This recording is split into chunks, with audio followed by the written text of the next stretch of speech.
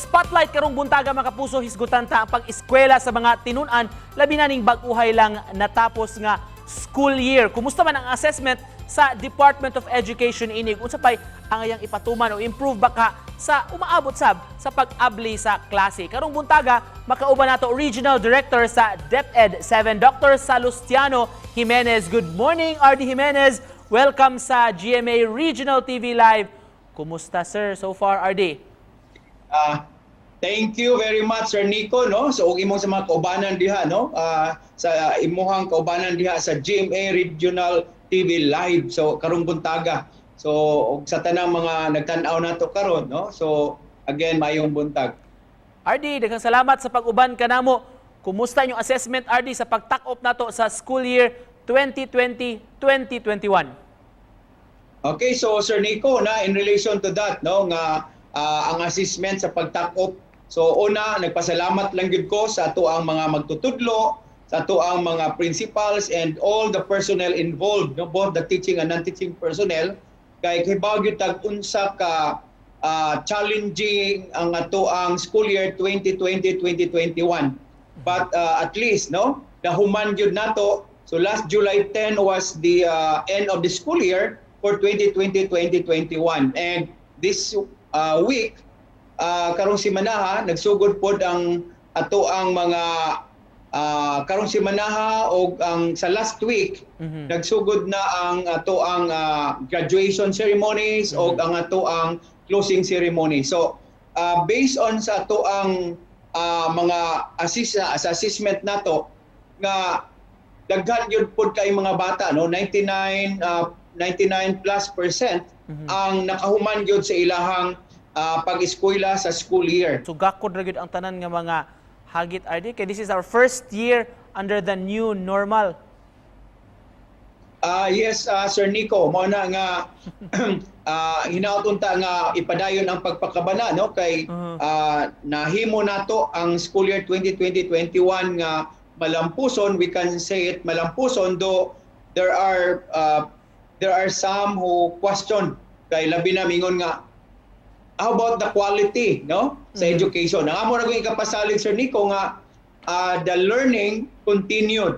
So naay learning sa mga bata, though we admitted nga naapoy learning loss, but ang assurance is padayon ang edukasyon unya naagyoy nakatunang mga bata, why nasayang nga tuig para nila. Kumusta rin, RD, unsay common lang itong problema nga nasugatan ni atong school year, RD? Una, ang transitions, kay daghan pod kaayo, transition sa modality or sa platform nga gamiton para ma-continue ang learning.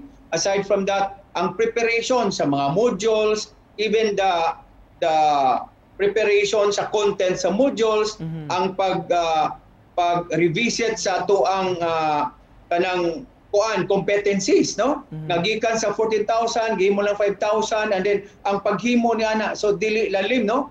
Kung ang pag-craft sa ato ang Keto 12 it takes years, unya katong ato ang pag-implement sa bagong modality, pag-orient sa mga teachers and all, it only takes months, no? So it took months only. So those were some of the challenges. Alright, RD, unsay mahitabo sa umaabot nga school year na ba announcement from DepEd, RD, kanus ang magsugod og unsa man pabilin ta sa atong distance learning modality or doon na bay limited face-to-face nga mahitabo?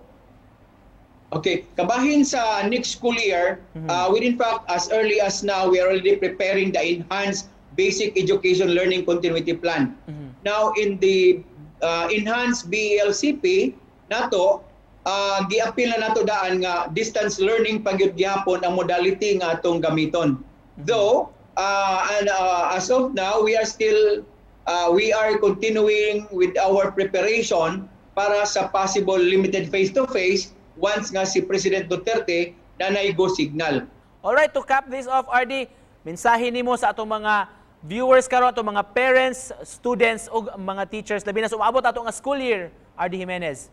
Sa mga ginikanan o sa mga guardians, sinauton ta nga katong wala pa nagkapa-enroll, ipa-enroll na because open na gyud ang ato ang mga eskwelahan para sa enrollment, though with varied modalities gihapon, no, pamaagi, lain-lain nga pamaagi, na online, na ay pwede adto sa purok, na ay pwede nga moadto gyud sa eskwelahan ang ginikanan para magpa-enroll. So naay mga registration form para sa or enrollment forms na pwede makuha nila sa lain-laing lugar, pwede online or sa website niya, mapa-enroll na unta.